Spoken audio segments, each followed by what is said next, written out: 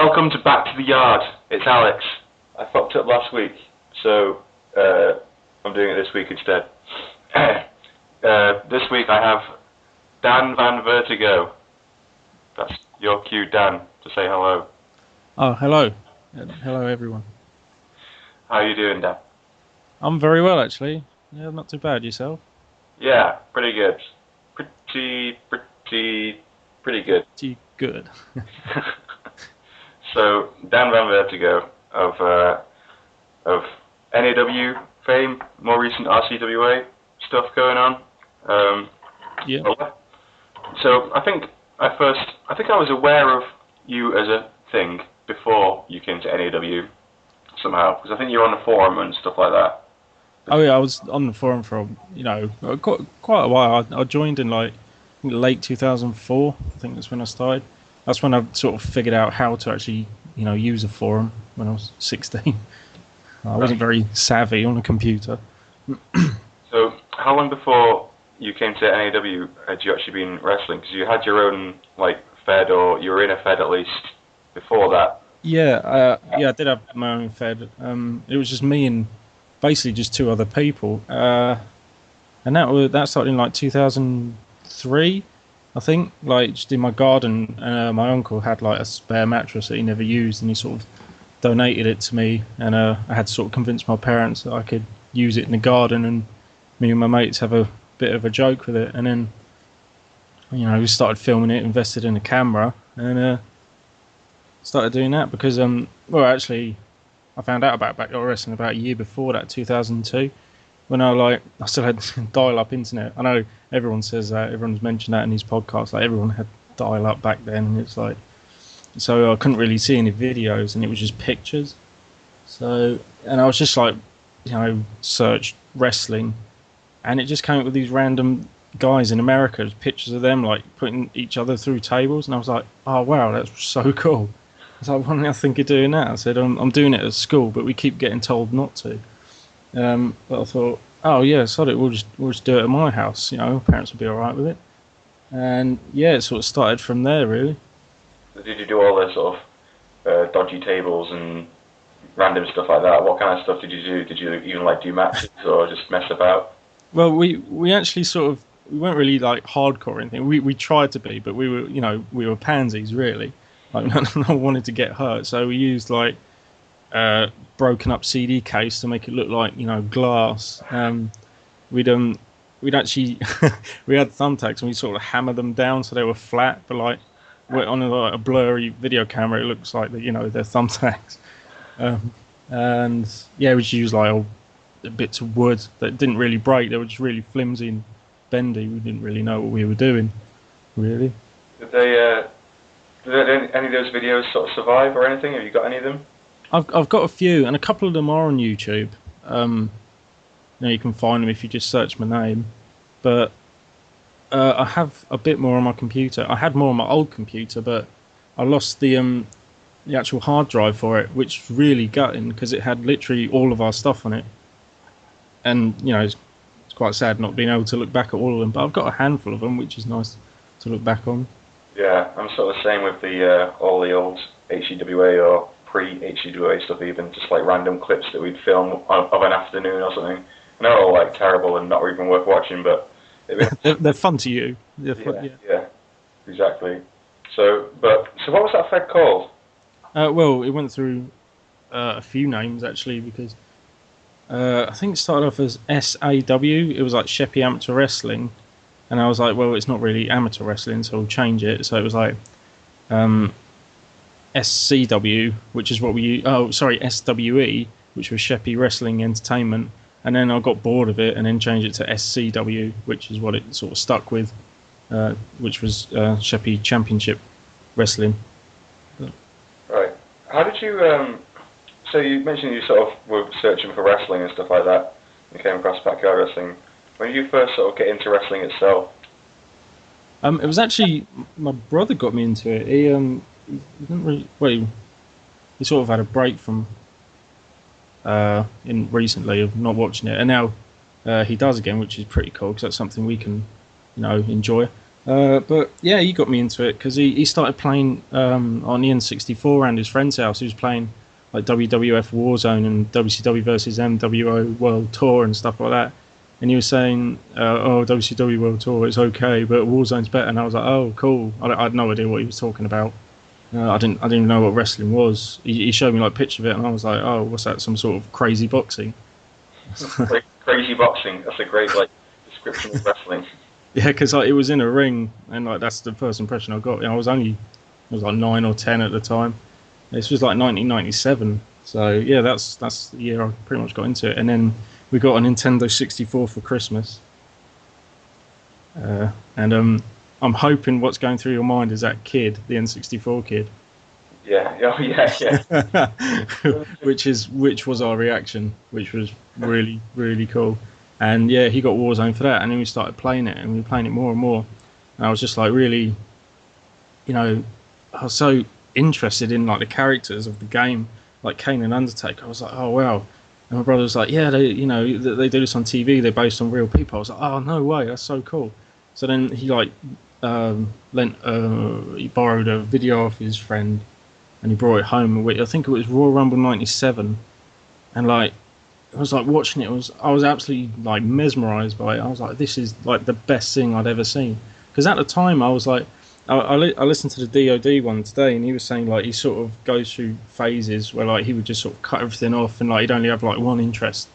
And that was me. I had like one interest at a time. I was big into football, and that sort of I lost interest in that completely. And I was sort of in a space where I didn't really have a hobby or an interest or something. I was kind of a boring child, and then this came up, and I was like, "This is great! It's like Power Rangers, but it's real."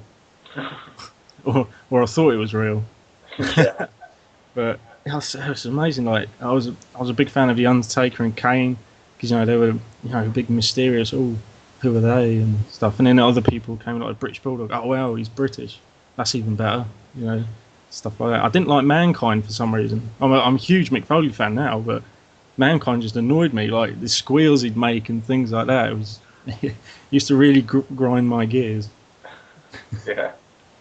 So, and then you started wrestling, and for a few years, and then you said you come across the forum. Was that just like through another kind of search, or actually? Sorry, go on. Actually, go ahead and answer this because it might lead to another thing that I might ask you about. Well, it's sort of obviously like I was just searching, and then eventually, we got better internet. It wasn't broadband yet, but it was better than what it was. And I was watching like these videos, but they took like ages to download and that. And there were the old like Angel Fire websites that had I can't think of the name of it, but it wasn't quite a forum, but it was like sort of like an inventory almost, like a small archive of videos. Can you remember what it is? I think you went through it recently, didn't you? About I think it was like PAX Fed, ECW was in there, Steve's one. There was like a UKBYW network Premier League or something like that. Yeah, something like that. Yeah, that sort of little website, and I watched all those videos, and it was like, oh, I've watched all these, and then I sort of looked at the American stuff. I saw the link. That's when I first went on it, and it was like a huge, like loads of feds. I was like, wow, there's even more here, and I was getting more and more intrigued. And something that really hit the spot, that a Fed that I really loved at the time was what was it? NRW, Shocker's Flip Hendrick. Yeah. Yeah, Shocker 333, LK 2000, those guys. Yeah, Biohazard and all the gimmicks and El Jobero. That's what actually influenced my Fed, actually, because I was watching it and I was thinking, wow, they're actually really having fun, but the quality is brilliant. And I'm thinking, like, they got all these really cool spots I've never seen before. I was like, wow, that's what we should do. And like they wrestled on like a really thin crash mat, I thought, and they jumped off a chair. I was like, the amount of stuff they did with just those basic things, and I thought, well, I've got like matches and a small wall we could jump off, and I thought, oh, why don't we watch some of these and then try and do it ourselves like this. And then that's where the idea. There was only 3 of us, so I wrestled under me at the time. It was Rapid. That was my name. It was my friend Joe. He was Joe Jitsu. My other friend, he wasn't very original. He called himself High Flyer, but spelt in like a really sort of text chavvy way, like HYFLYR or something like that. Yeah. And then I also did it as a paranormal, which was like sort of a dark gimmick, and then Mr. Mexico, which was kind of a rip-off of El Jobber over from NRW. That was just literally a comedy gimmick, and that was it. And we just thought, right, we'll try and do it like this. And so we did that, and like we made a few music videos that we just had for ourselves and showed our family and friends, and they were like, "Oh wow, this is pretty good. Oh, doesn't that hurt?" You know, all the stuff you've heard before. But we love that, and that's where I got my inspiration from. But I didn't find out about the forum until really. Well, I'd seen it come up on Google, like when you search it or search Back or Listen or whatever. But I didn't really know about it that much until like Lock Up Your Sons came out, and I remember that exact day when I watched it, because it was the last week of school, and then like we had half term, and it was like I was at home and I only had terrestrial TV. I was a neglected child. I never had Sky. I wasn't allowed it. It was too much TV, rah, rah, rah, that sort of thing. But no, I was just thinking like, oh, I've got nothing to do. I wish I could watch some wrestling I haven't seen before. And I just turned on Channel 4, and like this thing started up, and I like heard all this chanting like and stuff like that, and heard this like of a cooking tray or something hitting my head, and I was like, oh, what's that? What's going on? And it said Lock Up Your Sons, and it was like about backyard wrestling. I was like, this is brilliant. Oh wow, I'll watch this. So I watched it all. I was like, oh, wow. Yeah, there's all that, and there's a forum. I'm like, right, I'll try and figure out what this forum is and try and, join it and then see what it's like. But then they were like, oh, everybody gets flamed out. Like Josh Johnson was saying, go shag some sheep and stuff like that. And I was thinking, well, this sounds a bit rough. We just do this. That was a bit rough, this internet forum. Don't hang around that internet. Yeah, I was like, well, I was a very sensible, boring child at that age, when I was like 15, 16. I didn't do anything, didn't go out or nothing, didn't really have a social life. But I kept myself to myself. But then I eventually joined it, and I was looking at everyone posting stuff, and I was sort of getting an idea of what people were like and what people were doing and how the forum worked. And then I actually posted a music video that I'd done. I thought it was like our best one, and I put it on there thinking, oh, everyone's giving them feedback and stuff like that, and everyone's saying, oh, that was cool. And I was like, oh wow, I wonder what they think. Thinking like they were going to be like my family and like my friends and now were like going to be, oh cool, that's cool, like telling you what you want to hear. Yeah. And I remember it was Dave Veal. His forum name at the time was Mean Mark Phallus. Yeah. And he was the first one to reply, and he said, I don't mean to be mean, which I thought was funny because his name was Mean Mark Phallus. He said, but that was shit. I don't mean to be mean, but that was shit. Right. And I was like, oh, okay. Is there anything you can improve on? He said, well, everything. That was like it. If we were having that conversation, that's probably how he would have answered. He would be like, well, everything. Like straight away, like this, that, you should have done that, should have done this, it just doesn't look right, you're not doing this right, you're not doing that right. And I was just completely deflated because, like, a little naive child that I was just being told, oh, that's really cool, like by my mates and my family, and then he just goes, oh, it's shit, and I was like really deflated. Yeah. And it actually knocked me a bit. I was like, what? Yeah. Really? And I was like, and that was like I'd just been told Father Christmas doesn't exist again. That's how it felt. So yeah, that's how I joined the forum, pretty much. Yeah.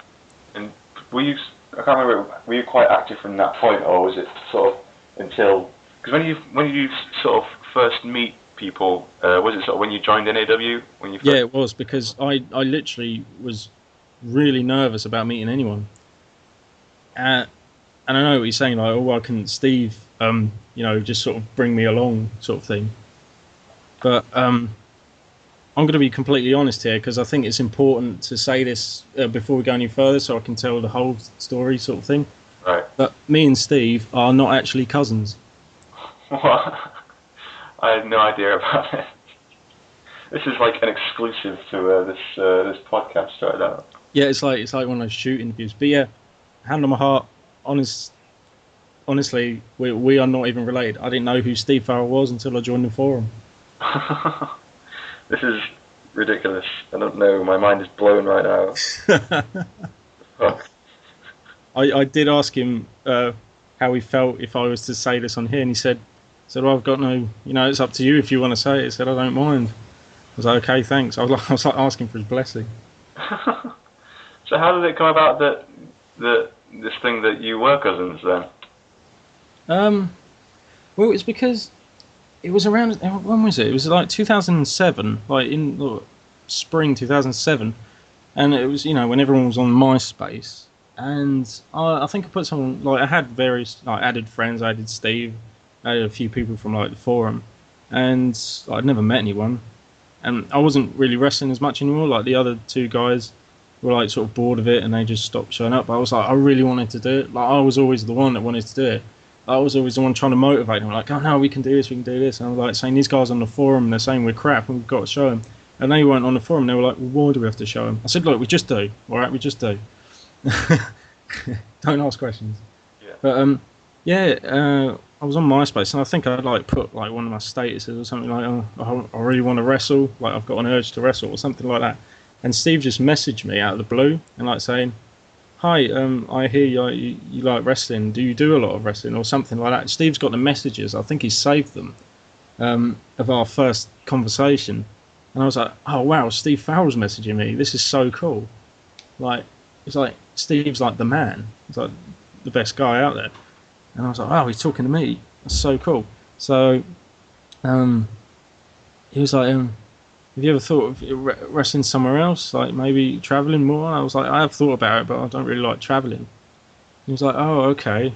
Well, if you want, you could come up to NEW and you can meet everyone and you could probably get a match or something. And I was like, oh, that would be really cool. He said, yeah, I'm looking for like new people and stuff like, I'd like to give, people a chance. And I was like, brilliant. I said, I'll be well up for that.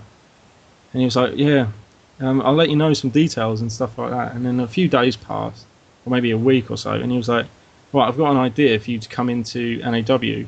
I said, I think he just knew that I'd be nervous and not very good at meeting these guys because I'd never met anyone outside my own little fed. And he came up with this idea that like I'd be his new sort of protege. And he said, I've got to come up with a reason like for you to be associated with me. And I was like I don't know. He said, something like really so associate with me. I was like, what, like I saved your life or something like that? Could that work into it? And then that's why you're like taking me under your wing? And he was like, maybe. So what about if we said you're my cousin, my little cousin? I was like, okay, that would work. I was actually really fat. I was like, wow, Steve Farrell wants me to be his on-screen cousin, which was really cool. Like I was like, high as a kite. Not with weed and that. Don't do drugs. No. But it was so cool, and I was like, wow. And he said, yeah, we'll sort something out. And then he said he was messaging Hitch on MSN and just convincing him that I was his cousin.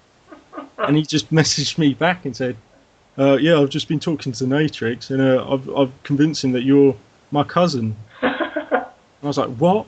And he was like, yeah, he believed it and everything. I was like, wow, that's really cool. How did you do that? And I said, well, I just sort of compared it to like, Dan Dreamer and Joe Fury, like they're cousins and stuff. But you convinced Hitch first. That's like the litmus test of whether it's believable. I think he might have been the only one online. That's the only reason I can think of. But yeah, that's how it all started. It was just like he wanted a reason for me to be in there, so I wouldn't feel so uncomfortable, so I'd be associated with him.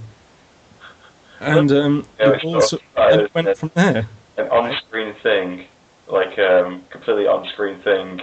Oh, as an angle, you'll come in as my cousin. But Steve's had to take it that like one step further, where he's like actually convincing people that you're legit his cousin. Yeah, and I remember when the forum was about, it was like 2008 or something, like there was this big debate like saying, oh, kayfabe's just completely dead anyway, it just doesn't exist in Backyard or in wrestling anymore. And I think I messaged Steve and I went, yeah, it does. Kayfabe still exists. You've been kayfabing me for like nearly a decade now. I know. I know. I almost feel guilty for doing it because it's like I've been lying. Well, I have technically been lying this whole time, but I guess it's like past a certain point where it's like you can't even sort of go back on it without like. Have you been like looking for this your opportunity on this podcast or some form of some forum where you can come clean? I'm gonna put like a big. There's gonna be like a big revelation in this podcast, and I don't know. Is there like a? Was there any occasions where it was like really awkward or where like someone had asked you about yeah, I think the first person to really ask me was Diablo. Uh, um, it was what we were doing. Oh yeah, we were all traveling. It was a really random thing. We were going to Newcastle for that charity thing, the first one, the one that you did your little documentary thing about. Um, and I was on the bus with all the BBWF guys, and I thought, oh, this is cool. I'll get to know them a bit. And Ross just asked me, and he went, so how are you two related? And I was like, right on the spot. I was like, I said, well, it's this whole thing, family stuff and things. I said, our mums are sisters. It was like, all right, so you actual cousins? Yeah. Okay, cool. And that was it. I went, I'm going to go get a drink. I was like, got away from it, and I had to text Steve, and I said, by the way, our mums are sisters. If anyone asks. This has never come up before. Just if I was put on the spot there, I'd like literally be trying to remember how cousins are related. But I think it changed. I think like we eventually stuck to our mums are cousins, so we're like sort of half cousins, but we're closer, so we feel like we're real cousins. So yeah, I'm sorry that I've lied to you for 8 years. Don't worry, don't sweat it. I think it's really funny. And everyone else, I apologise to everyone else. Well, this is the end of the interview. I can't talk to you ever again. So thanks for joining us. I completely understand. That's ridiculous. So you'd talked to Steve, you'd agreed on this whole thing. So what was it like when you actually turned up to NAW the first day? Well, the thing is, he came down to me before I even showed up at NAW. He said it would be a good idea if we actually met each other and we actually got to know each other a bit first. And I said, yeah, that's a good idea. Airing ploy of being cousins. Yeah, exactly. And I thought, oh wow, Steve Farrell's coming down to see me. He's going to stay at my house and stuff. I was like, this is so cool. And it was like, I think it was a Welsh event. It was a WCWE event he was at. And after that, he had some days booked off, and he came straight from Wales down to Kent, which was cool. I think it was the one where I can't remember which WWE event, but I remember Steve saying Josh Wall's parents was like pissed off that Josh went up to Wales and wrestled on it. It was around that time, and they were trying to sue Steve or something ridiculous, something like that. I don't know. His parents never liked Josh wrestling, but enough about that. That's for Josh's podcast, not mine. But yeah, and he came down, and it was really cool. And Steve being Steve, you know him as well as I do now. The first thing he asked me... Yeah, I do. I've known him longer than you have, which I Yeah. Everyone else has. Everyone else has. But I met in NAW as known Steve longer, apart from Switchy. Oh, no, yeah, apart from Switchy.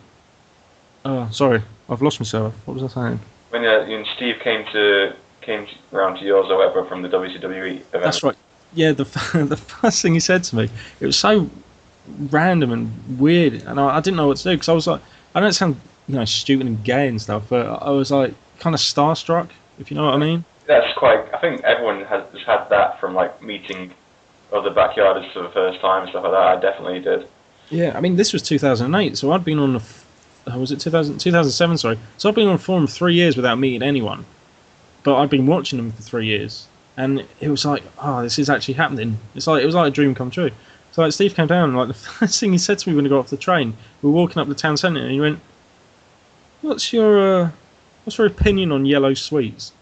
I said, "What?" I said, "Yellow sweets. What do you think about them?" I said, "The yellow sweets really. They don't really mean much to me." He went, "Oh, I don't like them. I don't like them." I was like, okay, fair enough. I was like, that was a bit weird. I'm Dan. Hi. That was pretty standard, really. Yeah, I know. And then we went and got a Subway because I worked at a Subway. And he got out the tag team belt. I think Dave Williams was a tag champ at the time when he was doing the NWO thing, and Steve showed me, and I was like, oh, that's so cool. It was like a life-size WWE belt, and yeah, from that day we had a really good sort of weekend. He stayed the whole weekend, and we just got on really well. And it was really odd. And then when he left, I was like, oh, I can't wait for NAW now. So if everyone's as nice as it is, when I meet him, I'm going to love it. I'm actually going to love it. And yeah, so that really helped. And the funny thing is, right, when he lived in Newcastle, he lived in the little town Gosforth. My uncle, my real uncle, lives in Gosforth as well. Like literally a 10-minute walk from his house. That's really strange. That is really strange. Maybe you actually are cousins. Have you like actually tracked back the lineage, you know, of your family trees? See if there's any crossover, maybe. Yeah. How weird would that be? that would be really, really ironic. We are actually cousins. So I wasn't lying. So you were sort of put at ease by having met Steve and stuff, but were you still kind of apprehensive about? Very, because I met Steve. Where did I meet? Oh yeah, I was actually in Newcastle because I was going to a funeral. It was my auntie's funeral, and obviously, you know, it was auntie that lived in Gosforth, and it just so happened the day after that was NAW, and Steve said, "Why don't you just stay at mine? I mean, you're in the same town." So I was like, "Yeah, okay." What was your first show? Which one was it? I've got the DVD. I think it was Collision 16, possibly. It's where Natrix and Dave faced each other. Okay. It was Nathan Elliott made the match. Oh yeah, he was the first person out of the forum that I met. Nathan Elliott? Yeah. Oh no, tell a lie. No, it wasn't. Because me and Steve met up before NAW. We went to London, and as I was leaving, he was meeting up with Ashley Dunn to go to a gig. So I met Ashley Dunn. I was like, oh wow, because I was a big fan of Ashley Dunn then as well. And I was like, oh, this is really cool. And yeah, sorry. Yeah, when I got on the train going to my first NAW show, Nathan got on a where's he from? Doncaster. Yeah. Donny, where all the crimes are committed. No offense, Chief, but I don't know if he listens to these. So yeah, he got on the statuses. Yeah, he got on the train, and I was like, that's Nathan Elliott. Like he's got one of those recognisable faces. Don't tell me you were starstruck by Nathan Elliott. Well, yes and no. It was like I've seen you on the forum. I've seen you, you know, in NAW, and I was like, you're in NAW. It's like, oh, cool, you're a part of that. And I was thinking, like, no offense to Nathan. I know we made fun of him a lot, but I was thinking, look, if he can get accepted by these people, I'm sure I can.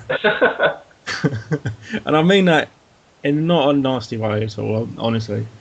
But yeah, that was a surreal train journey. It started off with Steve making fun of him, and it's just ended with me making fun of him, that train journey. And I was like, oh, cool, I'm comfortable with him. And then we got to King's Cross, and that's where I met the Nail for the first time. Him being from Kent, not far where I live, that was the first time I met him as well. And he had a pencil through his ear. Why not? You know, that's one of his rape tools. Never mind, let's not go into that. Yeah, I know it's a sort of dodgy subject. And then, oh yeah, I met Denzel at the same time as well, and Josh Johnson. He came for a random NAW show and then never came to another one ever again. So I was like, I met Josh Johnson, which I remembered from, you know, the documentary, Lock Up Your Son. Yeah. So that was weird as well. I was like, oh, that's cool. And then we got to the arena, quote unquote, the venue, yeah. And everyone was there. And the BBWF guys, they were actually there on time. Yeah, as opposed to like later on, they started showing up late and that, but they live, you know, nearby, so yeah, it doesn't matter. And they delivered what they delivered. But it was Tyrant. I think Pyro was there. Corey was there at the time, I think. A few others. Oh yeah, Ross was there, obviously. Yeah. And I was like, wow. And you know, Tyrant was wearing his blue bandana. I was like, oh wow, he's in character already. The trademark blue bandana. Yeah. And I was like, wow, this is so cool. It's like it is like, meeting celebrities. I was like complete starstruck. I didn't know what to do. I didn't want to introduce myself just in case. Like I was very very apprehensive about that because like they don't know who I am, but I know who you are. Well, obviously, hey, I'm Steve's cousin. Yeah, that did make it a lot easier. I was like, I'm Dan. I'm Dan from Vertigo. I'm Steve's cousin. And I mean, Gavin was there. He was really nice. Yeah. Gavin sort of shook my hand because we'd spoken on MSN quite a lot actually. Like, he was like one of the ones I wasn't too intimidated by talking to on the internet. So yeah, he was really nice, and so was Dave actually. He's always good, and that whole day was probably the most nerve-wracking day I think I've ever had. And when I was younger, I used to do acting, and I used to get so nervous before I went out there, and I never stopped getting nervous. But this was like 10 times more, and I was like, God, I'm older now. I shouldn't be getting this nervous. Like, so come on, pull it together. But it was like all these people that like I'd seen on the forum, and my first match was against Callum, wasn't it? Oh, really? Yeah, Massey, go Massey, and just that everything was so daunting. Like I'd never planned a match properly. I had an idea, obviously, of how to plan a match, but like it was remembering it and like being so nervous and remembering it and the atmosphere and everyone looking at you, like because I was the new guy and everyone was sort of looking like sort of saying, "Oh, who's that?" and things like that. And I was like, and the mats were like rock solid. I'd gone from like years of bumping on mattresses, to like solid mats on the floor, and it was like a complete culture shock. I remember drop kicking Massey in the match actually, and when I landed, I completely winded myself just from a drop kick, and I was like, "Oh, this is gonna take some getting used to." I was like, "No, I'm here now. It's cool." And I remember going out through sort of the curtain, and everyone was really nice and like really cheering and that, and it was amazing. It was like, oh wow, I'm here. Don't fuck up. I fucked up a few times. I fucked up the ending actually, but by complete accident. And it sounds stupid in that, but like we went through the whole match. It was nice. I did my finisher, which I remember watching it back and like looking over on the crash mat, and it was like Pyro Tyrant sitting on the crash mat, and I did my finisher, the Russian roulette, in case you forgot. And I saw Billy like sort of clapping it, going, "Yeah, that was cool." And I was like, "Oh, thank fuck!" I was like, "I'm so happy that he liked that," because I know Pyro was like quite mean on the forum. I was like, "Oh, he actually liked that." And Tyrant sort of nodded and went, "Yeah, that was cool." And I was like, "Oh, that's even better." The Tyrant thinks that was cool. And then I was the first person in the history of NOW to win a match with a 2 count. What? Because if you, I'll have to send you the link at some point, but it's really funny. It was because I'd never wrestled in front of a crowd. It always been like us 3 at my house, and maybe a couple of people, like some girlfriends or something, whoever was there, and that was it. Like they weren't really a crowd. So, like everyone was, I did my finisher. They all popped in that, and like they were all counting with the ref, but like slightly ahead. So like I was listening to the crowd and thinking. It was distracting because I'd never heard it before. It was like 1, 2, and they all counted 3 before Ads was the ref, before Ads did. So I did 1, 2, and then I just let go of him and sat back. And then Ads just went up to me and went, "Was that the end?" And I went, "Yeah." And he raised my hand and went, "Oh, the winner!" That's so typical of Ads as the referee. Yeah.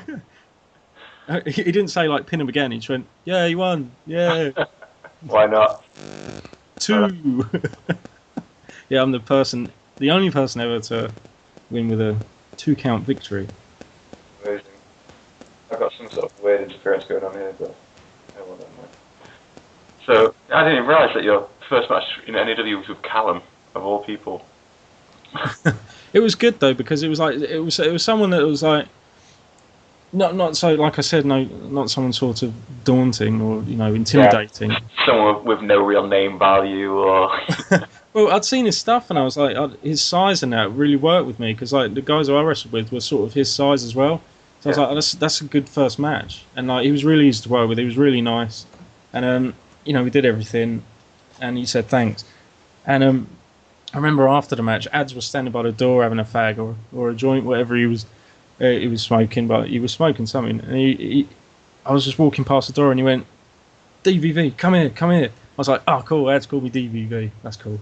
So I went over to him, and he went, "That finishing move, that was so cool. Where'd you come up with that?" I said, "Oh, I don't know, I just came up with it, like, as you do." And he was like, "Oh, mate," he said, when Steve said his cousin was coming, I had my doubts and that. Like, I wasn't sure. I thought, oh, you were going to be shit, but you weren't shit. It was cool. You did well, mate. Well done." I was like, yes. Inside, I was, to him, I was like, "Oh, cheers, mate. That means a lot." Inside, there was like fucking, streamers coming down, like fireworks, slow motion, and my eyes welling up like I've just, one Who Wants to Be a Millionaire or something. Yeah. But, that was amazing. That was such a cool thing for him to say. And I was like, oh wow. Then I could go and relax and watch the rest of the show. And I was like, fucking hell, I'm going to be wrestling again, aren't I? Like in a month's time. And then I started getting nervous about that. And then I looked at Nathan and I thought, can I just be a commentator? But I got over it. You get over the nerves, don't you? Yeah. You just got to sort of enjoy the actual wrestling aspect of it, because that's why you wanted to go in the first place, right? To wrestle and all that kind of stuff. Oh yeah. Then it sort of becomes more about the people you become friends with and stuff like that. And they were always sort of part of that fun little group of people that would hang out and stuff like that. So lots of fun random times, too many for me to even recall, really. Yeah. I had lots of fun with them. As the time went on, I developed like a small group that I'd always hang around with, which was mainly you, Chris, Mike McKnight if he was ever there, Corey, Chief, and obviously Steve. And if I'm missing anyone, I'm sorry, but I'm sure there was others. Like they were the main ones. You were considered as like my best friends in Backyard, as it was, which was cool. And even meeting you guys, it was like, because I'd watched all your HCWA stuff and I loved all of them. Like I was thinking, you guys had so much fun, and like that, and that's what I wanted to do. I never took it that seriously. And I looked at you and I looked at WCWE as well. Like they didn't really take it too seriously, and everyone was just having fun with it, And that's all I wanted to do. I never wanted to, And it sounds weird. I didn't want to go out there and be the best. I didn't want to be NAW champion. I just wanted to go out there, do something well, and just have fun with it. And that's probably as serious as I took it. Yeah. But what sort of did you sort of get more comfortable? Did you ever sort of lose the nerves with wrestling, with having matches and stuff like that? Eventually in NAW over time. Yeah. Oh, obviously, eventually. Yeah. But it wasn't until about 2 years. It was a while. But yeah, I remember actually getting, and for some random reason, like I was getting anxiety attacks at work and stuff. And I was like, this is really weird because it was horrible. And I didn't know what to do, and I didn't know how to control it. And it came on like for no reason, or it came on for some reason, like I'd never know. And I remember it was like the build up to Britfest. It was me and Steve against Gavin Hitch, and me and Hitch had a match, and going into it, I actually, it was the first time I'd ever like had like alcohol before a match. I had like 2 cans of Foster's. That's all it was, just to sort of calm myself, because like my anxiety was coming on. I was like, I've got to calm down. Like, alcohol's kind of a sedative, and I thought that'll do. So I did that, and it was making me worse. And I remember just before we went out, we'd planned and everything. Just before we went out, Hitch's name was being announced. I said, by the way, if I have an anxiety attack through this match, just don't worry about it. And he was like, what? Okay. Natrix. Oh, okay. Oh, God. So I saw him out there. But then it was kind of good in a way, because I used it as like aggression, which was nice. It was a relief. There you go. If only you could like forearm someone in the face whenever you're having an anxiety attack, then yeah, and Hitch would let you. So yeah, probably. Yeah. You're back harder, probably. Yeah, he did.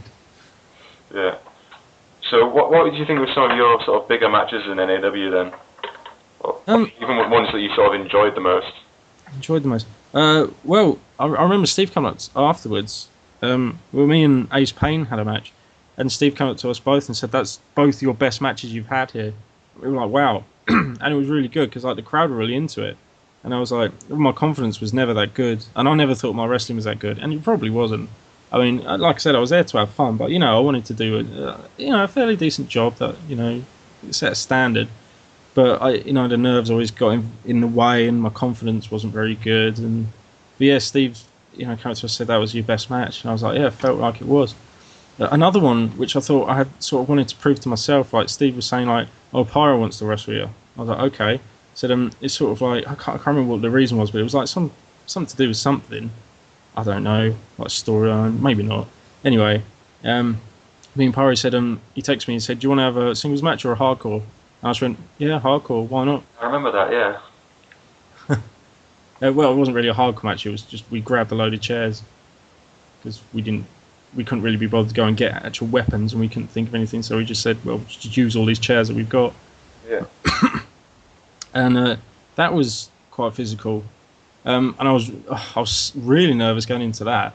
Because, it was Billy, and I'd seen the way he'd wrestled before and stuff like that. And this was after he had that match with Moxie. Jesus. Yeah. So all these things were going through my head. But I thought, I'm sure they take care of each other. But I was still really nervous. And he was like, just hit me with a chair. And he was like, yeah, hit me harder. And he lariated the chair and broke the chair. And I looked at it and I was actually shocked. And I was like, oh shit, we're going to be using that pain train later in the match. Yeah. Is it too late to back out? But I remember he was so good though. He was so nice. Like, I don't care what anyone says about him. He's a nice guy. He is really. I don't know, he probably doesn't even want to hear it. Sweetheart. He is. He's a darling, isn't he? He's a darling. He's a teddy bear. But yeah, he was sort of throwing me around onto the chairs and that. And he gave me a suplex, and like I was ready to post, and I was up in the air before I knew it. I was like, oh shit. He's like, because he's that strong, naturally that strong. And he gave me a suplex and he just winded the hell out of me. I was like, oh shit. And then he went to go get some chairs. I was like, that would buy him some time. And then he did like his sort of spinny round backbreaker, but he did it onto a chair, and my back landed on the leg of the chair. And I was like, oh, God, that's not good. And I was winded already, and I was winded again. And then I coughed and just spat out blood. And I was like, oh, that's not good. And he went, you all right? I said, yeah, I'm sort of spitting up blood here. He said, you want to take a break? I said, no, we'll keep going. I'll be all right. So I was fine. It was just, the blood was a bit alarming. But I don't think we had long. And then we did a few more spots with the chairs, which was fun. And we got through it. And, yeah. Yeah, I got through it alive. Yeah, I sort of enjoyed doing the odd kind of hardcore style match, especially with someone who's sort of good at doing it. Just had a few ones where, like with Luke, and I did like a street fight with John and the street fight with Mark. And it's like as a rare thing. It's not something you do very often, but no, you did it well though. I remember them because like, oh, Alex is in a hardcore match. This is gonna be cool. Because like you said, you never did it all the time, but when you did, it was always good, and you always had something new to bring. Yeah, because people don't really know what to expect or don't expect anything, or because it's not something you do regular, so it's fun to sort of surprise people with the things you do, or just, I had one with the nail as well, which is quite fun, sort of going all over the place and all that kind of thing. Dude. Where I give them a power slam into a wall and stuff like that. So yeah, it's always fun to do something slightly different. But I was thinking when you said you were spitting up the blood and all that kind of stuff, it just reminded me of when you had in quite a bad injury. I think it was on a Newcastle show or something. Because all I remember about it was going to the hospital and just like the longest experience and if Steve wasn't there, it would have been miserable. But for some reason, it was just really funny. I don't know why, even though like you were hurt and everything. I mean, do you remember that? Yeah, I do very fondly. I was thinking about it today, thinking, we've got to come up with an excuse to talk about this because it was probably the best time I had. Yeah. Under the circumstances, but I remember the injury happening in Newcastle, and he gave me the videos on YouTube. But like he gave me his what was it? A torch killer. It was like a burning hammer. They'll give you like his cutthroat. Burning hammer, yeah. What's it called? Burning hammer type thing. Yeah, it's something like that. And I've seen him take it to people before, and like everyone necked it, and I was like, I'm not a big fan of that, but I said, I'll take it. And like I sort of went to rotate, but like so I wouldn't land on my head. but I over rotated, and somehow like I'm trying to visualize it now. I'm doing it with my legs. What my right knee was under my left leg. Somehow they crossed, and so like I put extra pressure on my left knee as I hit the mat on my front. So and I felt my knee twist round to the side, and it hurt that much. It winded me. For not I didn't land on my stomach. It was just my knee. It hurt that much. I couldn't speak, and I thought I'd broken my leg. And Joey came over to me and he went, "You all right?" I went, "No, I think my leg's broken." He went, "We've got to finish up, mate." I was like, "Give me a minute." So I rolled out to the sides, and obviously Luke was in the match as well, which was lucky. It was triple threat, and him and Joey did some stuff, and Joey came out and grabbed me and went, "We've got to go for the finish, mate." And he threw me back in the ring and went, "All right." And the finish was me giving him a Russian roulette. And so I picked him up on my horrible leg, spun him round, did it, and my knee went again. And I was like, "Oh, bollocks." And then we did the end spot, and it finished. And then I hobbled out to the back. And then Joey came up to me and he went, "Oh, I feel really bad, mate. Wait here, I'll go get you something." I was like, "Oh, he's going to get me an ice pack." "Oh, brilliant. Oh, that was really nice of him." And he came back and went, "Here you are." And he just handed me a paracetamol. It's like, "Cheers, mate." And then we went to Big Luke's or something in the Metro Centre. I remember hobbling around that whole thing, and I had to have Mark Jesus Jr. Jesus Jones sort of help me walk. And I was trying to make a good thing out of a bad thing. Like I tried to have a laugh with it. Like these girls were walking past, and I was like limping like the hunchback. I went, "Hey, all right," like that, like limping and like struggling to walk. I was like, "Hey, girls," stuff like that. I was just trying to keep it up. And then I went back to Steve's house, and we all stayed there. Had an ice pack on it. And the next day, I was like, "I've got to go to hospital. I can't even walk." So we went to hospital. And do you remember Switchy helping, trying to help? Well, not helping really until I asked him. I was like, "I can't walk, mate. Can you just sort of like give me a piggyback or something?" So he just hoisted me up over his shoulder, and he was walking, and he sort of walked sort of like bouncing along, and I was bouncing on his shoulder, and my knee was flopping all over the place. But no, this isn't working. This isn't working. Put me down. So he put me down, and we got on the bus and went to Newcastle, and who was it? It was me, Switchy, Steve, you, Chris, and Corey. I remember it very well. I remember exactly who was there. And we got there, and it was ironically the walk-in hospital. And we got off the bus, and I was so knackered because I just couldn't walk. And I said, "Get me a wheelchair or something." So Switchy went and got me a wheelchair, and fine. He went and got one and brought it back, and I sat in it. I said, "Oh, give us a lift." And he, instead of like pushing it like you would normally, a wheelchair. Do you remember? He just very indignant about having to help you in any way.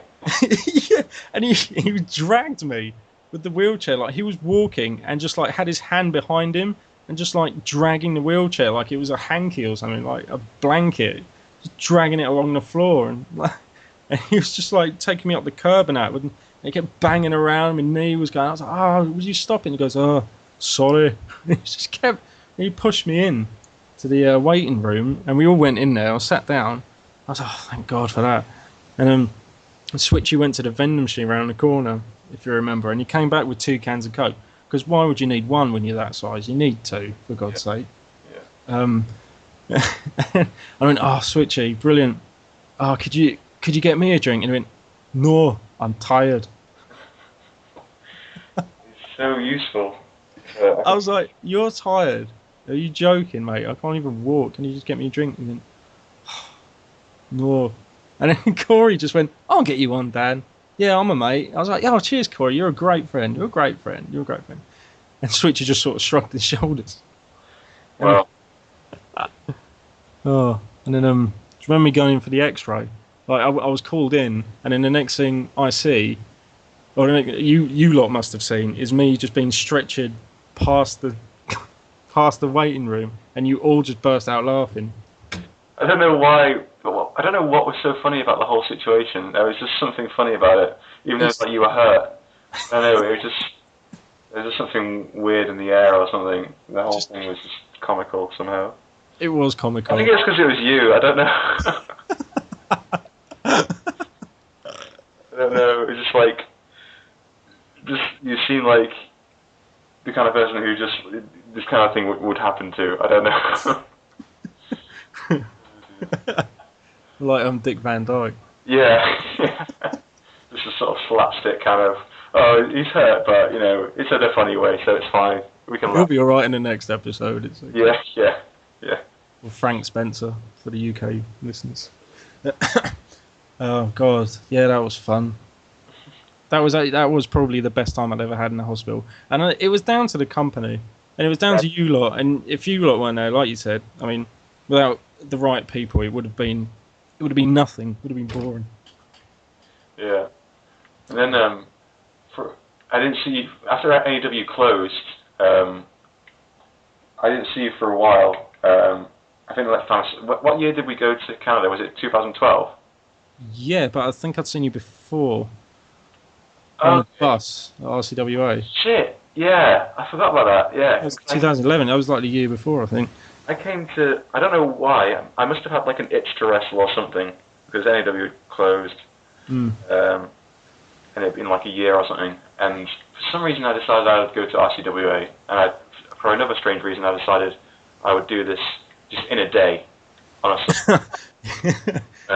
So I can't remember if I got the bus or the train or something like that. I think you got a coach. Okay. It took you like 10 hours or something. Yeah, it was the worst. I don't know why I did it in terms of travel.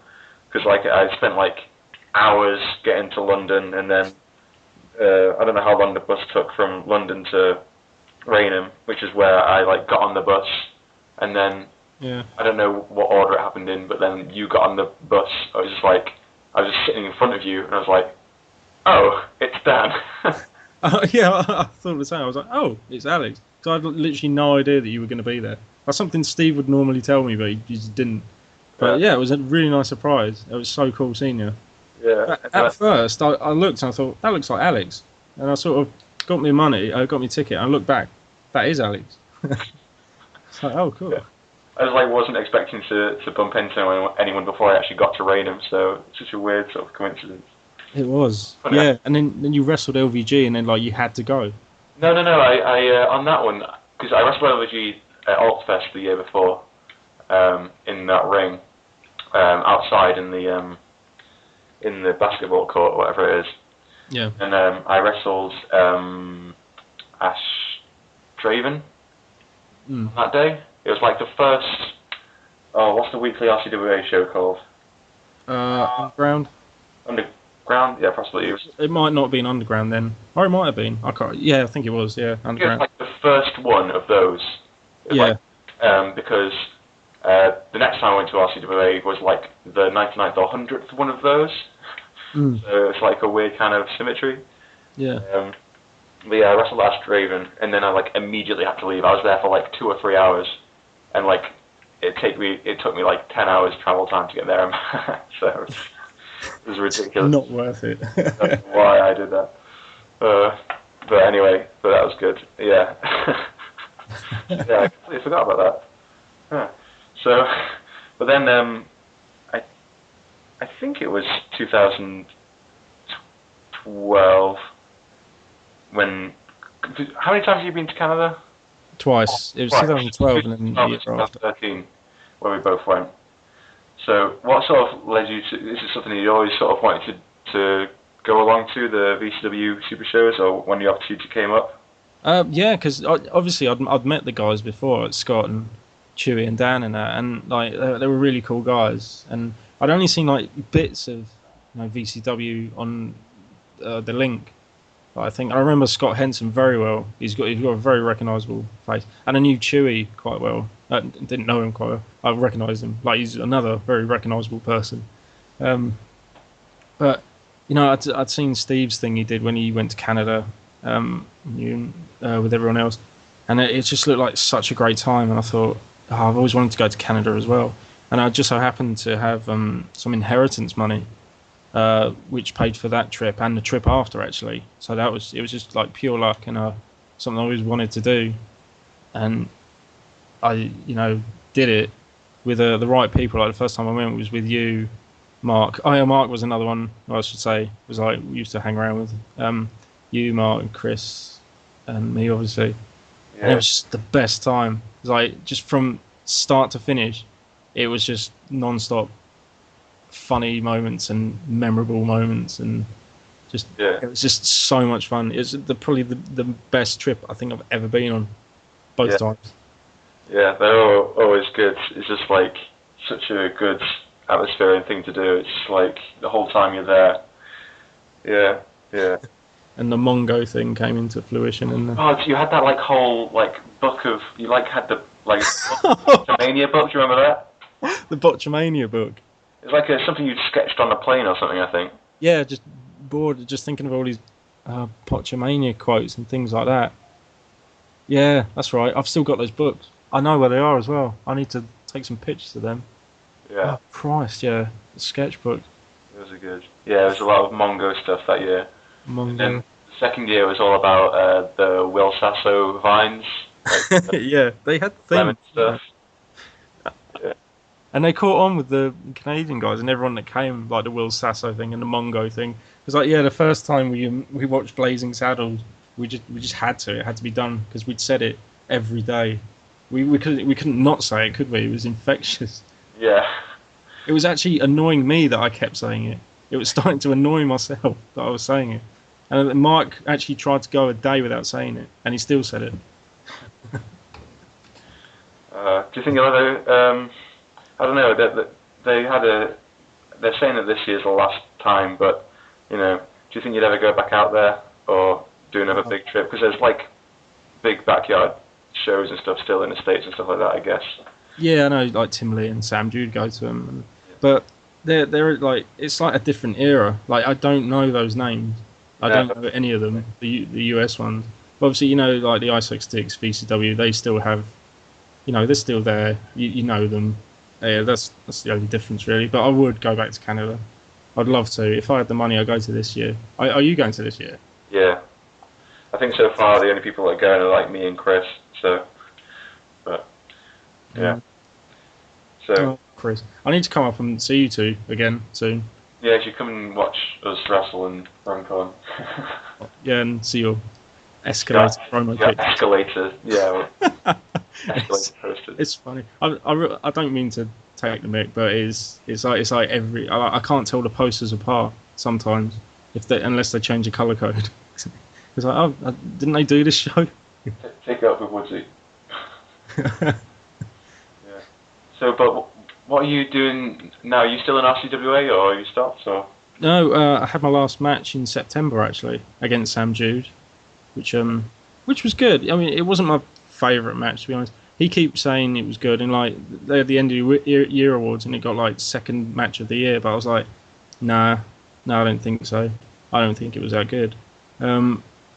It was nice to end because it made sense to end it there and that time.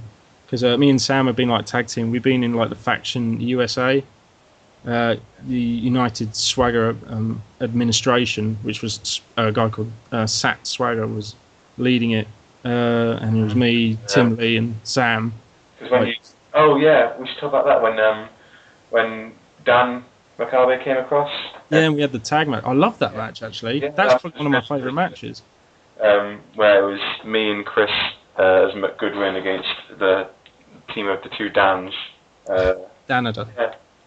No, that was a really good match, and Dan became an honorary member of whatever.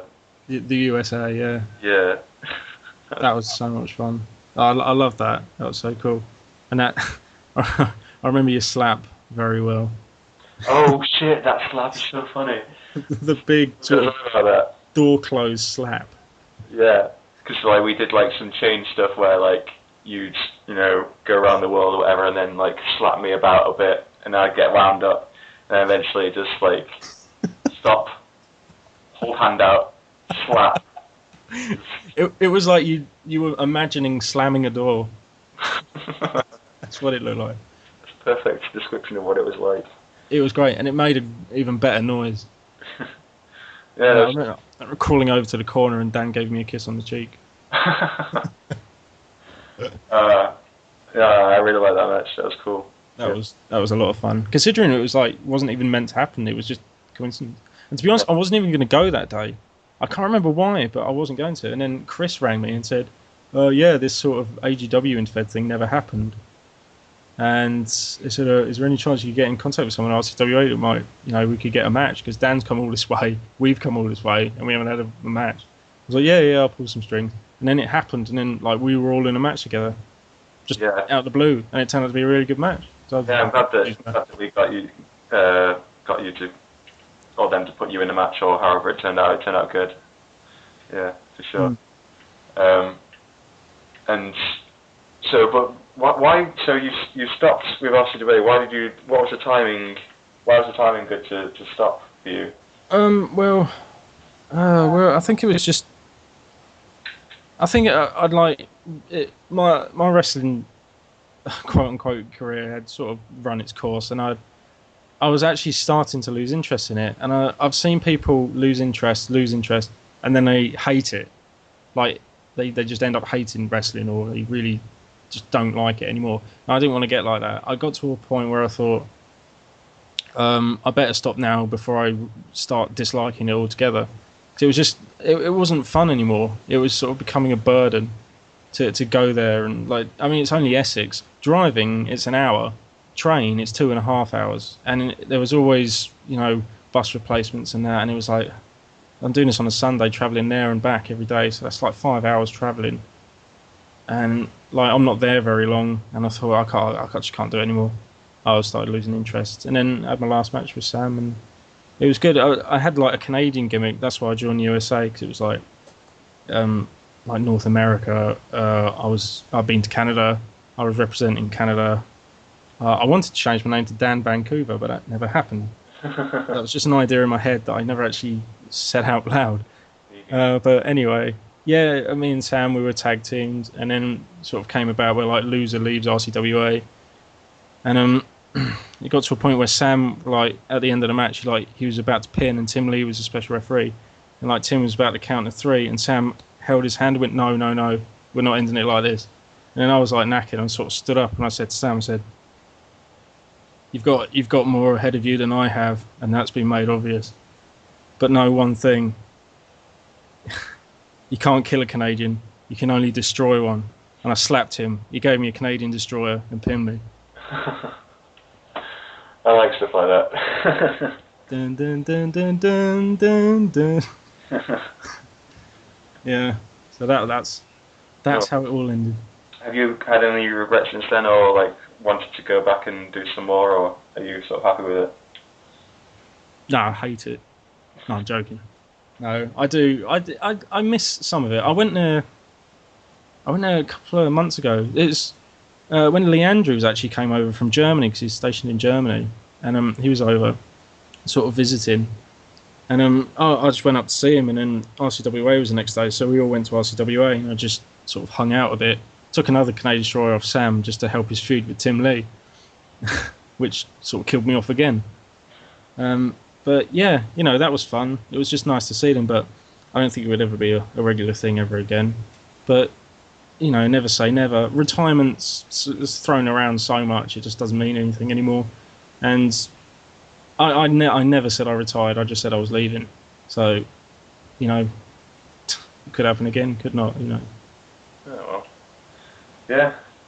Well, hopefully. Do you think you'll go to Britfest this year or anything like that? Oh, definitely. It's actually shaping up quite nicely. And those cryptic messages are quite interesting as well. I want to find out what they're about. Yeah, me too. David Alvaro Jetson, whatever it is. Definitely. Well, maybe I'll see you there. Yeah, you should come. Everyone should come. I think it'd be nice, because this is all those promo videos are like got a lot of attention. It's like put a spark in people now. Like everyone's sort of interested. It's more active now. That little group. Yeah. I think everyone should be there. Yeah. I think it should. It'll be a nice little sort of reunion. Yeah, I'll just jump on the Megabus and. See you in 10 hours. Yeah, maybe. We'll see. Yeah, it'd be good to see you anyway. Yeah. Yes, it's been too long. It's been quite a while. So yeah, was there anything else you wanted to touch on? Well, I'm trying to think if I've missed anything because oh yeah, when you said about favourite match and that, it's got to be every match I had with Steve as well. I thought about that earlier, but there was no way I could slip it in. But yeah, any match I had with Steve, and everyone who's had a match with Steve will tell you the same. He's just so easy to work with, and just he's just so talented. It's a shame he doesn't wrestle as much, but that bond, of course, you know. Bond. That is the thing though. I mean, me and Steve obviously aren't really cousins, but we felt like it since day one. We felt like family. We always have. It's so strange. Like we pretend to be cousins, and we actually feel like we're family. We feel, it's like nearly as close as brothers. And he feels the same. I'm sure. I hope. But yeah, I mean, it's funny, and I do still feel a bit bad about lying to everyone for the past 8 years. But it's wrestling. It's kayfabe. It's fun. No, I'm just like so surprised. that I completely believed it. So. I know. I'm sorry if this has changed any sort of view you had of me.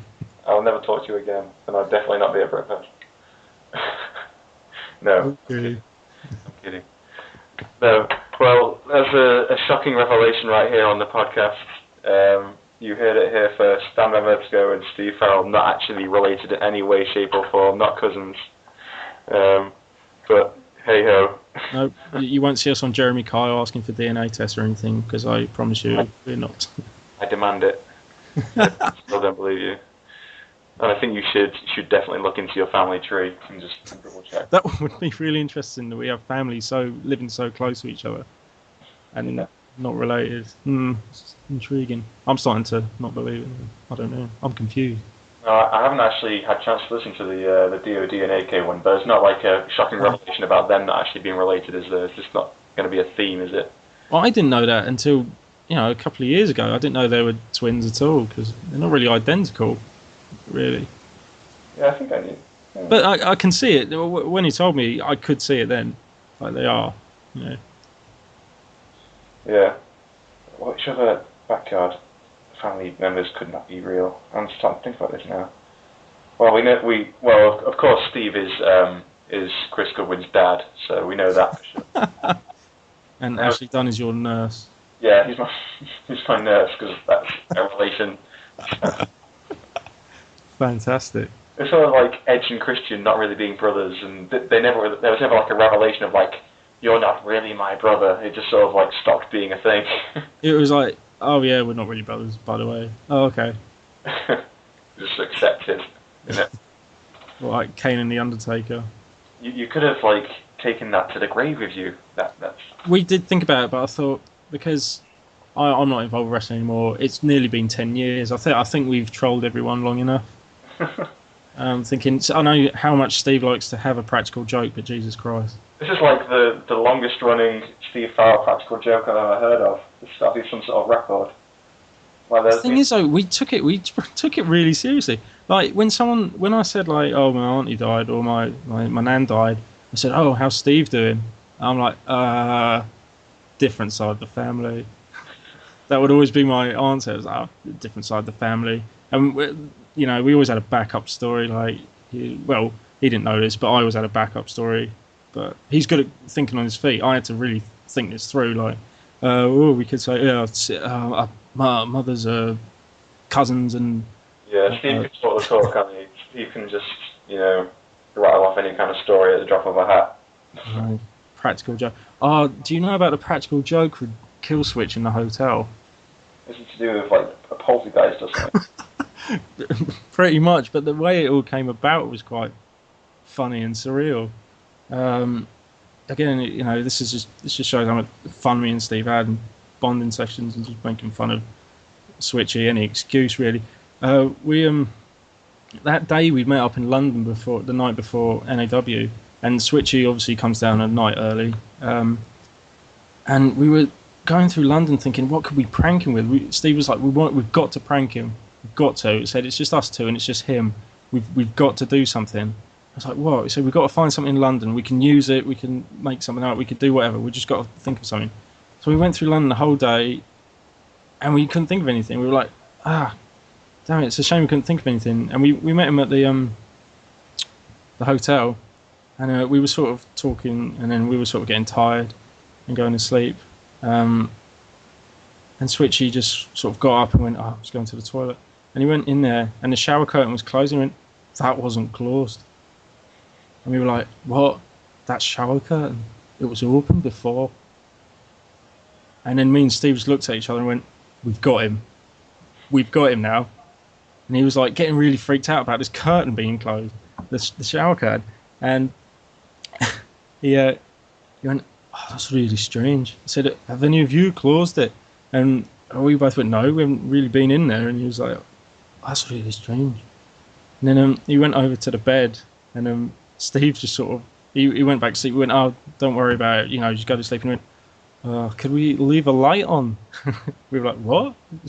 Leave a light on? And we were like, well, not really. Me and Steve just want to go to sleep. We don't really like having a light on going to sleep. He's like, oh, let's compromise. We'll leave the bathroom light on and open the door. And we're like, yeah, but it's still quite bright. And he was like, fine, I'll just try and sleep. And as he started falling asleep, Steve sort of crawled out of the bed, because we were top and tailing, and he went into the bathroom and wet a tissue, like a little bit of tissue, went back into bed and just chucked it at him and went, what was that? And like, it was obviously Steve throwing it at him, and he went, that's really strange. Like, that's the first place he went. Like, not, oh, one of you has thrown this at me, it's a ghost. It has to be a ghost. And he was like, I've heard stories about this hotel's being haunted. I was like, it's a bloody Travelodge. It's not exactly hundreds of years old. And that's really weird. And he's like, oh, I'm getting dripped on, or something like that. And it was like, there was nothing there. It was like no drips or anything. And this was like 2:30 in the morning. And he went, this is weird. I keep hearing noises. So he got up, he went down to the front desk, 2:30 in the morning, went to the front desk, got the bloke from behind the front desk, came up in the lift, and came in the room. I went, me and Steve were burst out laughing as soon as he left. But like, when he came back in, we're like, oh shit, he's here. And we pretended we were trying to sleep. I went, oh, what's up? And he brought the bloke with him in the room and went, look, there's a bit of damp tissue there. I don't know where it came from. And the bloke, like foreigner, he went, I don't know, maybe they not clean room. And it was like, and Steve just went, well, that's not really responsible. And he went, actually, I keep hearing noises. And he went, it's old building, it make noise. I said, no, it's really weird. I don't like it. Can we move? Can you switch rooms? And he went, and we just went, no, come on, we're not moving. It's fine. Like, there's nothing here. And he went, that shower curtain was closed. It doesn't matter. Don't worry. We probably closed it. I don't know. And all right, I'll try and get to sleep. Thanks for coming up. And the foreign guy went, okay, any problem, let me know. He left and that. And then Switchy got back into bed. Me and Steve were just really trying not to laugh. And Switch went, that was really scary. I mean, what was scary? The tissue, the wet tissue. Is that frightening? He went, no, when we were in the lift together in the mirror, I couldn't see his reflection. God. And we never told him it was us. Never. There's no, like, accounting for Kill Switch, I don't think. I don't understand him as a person. I don't think anyone does. He's a medical mystery. Mystery of science. Mystery of science. Science is boring. Science is boring with Chris Goodwin. Maybe you could explain Kill Switch. I doubt it. God. The only man to do an autopsy on a living person. It's probably possible. Anyway. Yeah. So it's always good to have a Kill Switch story. I wish every podcast could have a Kill Switch story in it somewhere. Yeah, I wish there was more. I kind of want to see him again just to see what he's like. I'm not sure. By the looks of Facebook, he's not changed. But when I say change, I mean his clothes.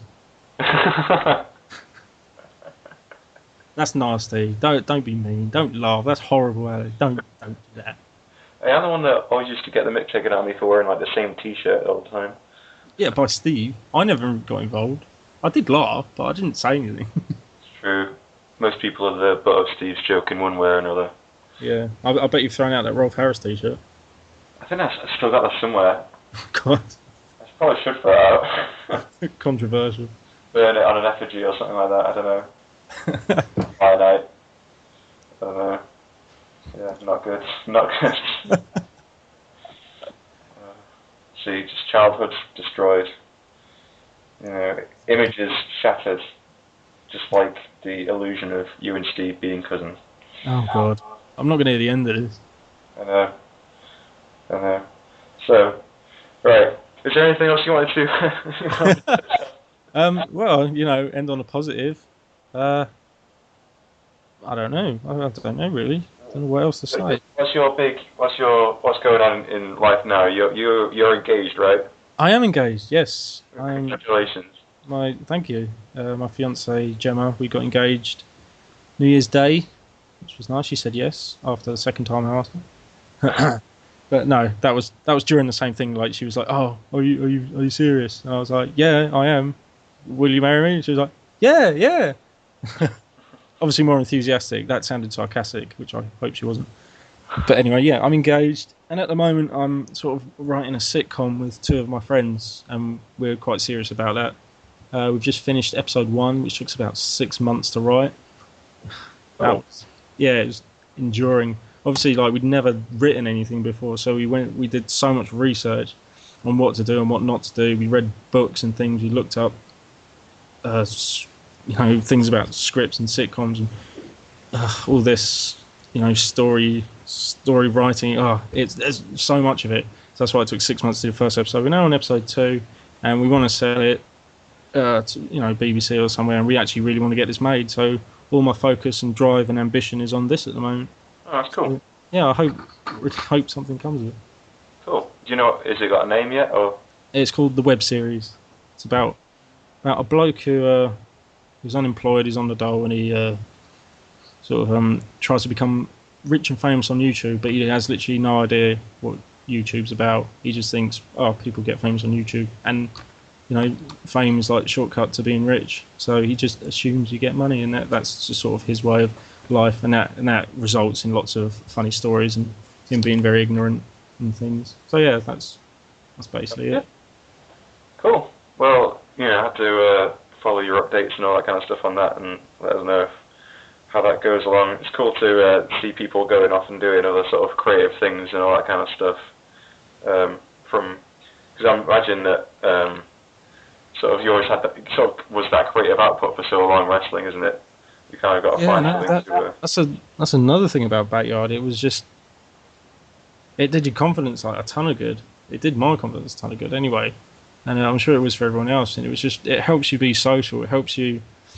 Helps you in life, really. Like, not trying to sound cheesy or anything, but like it helps you sort of learn about people and how to be social and how to just be confident and like you said, a lot of people get creative from it, and planning a match is pretty damn creative.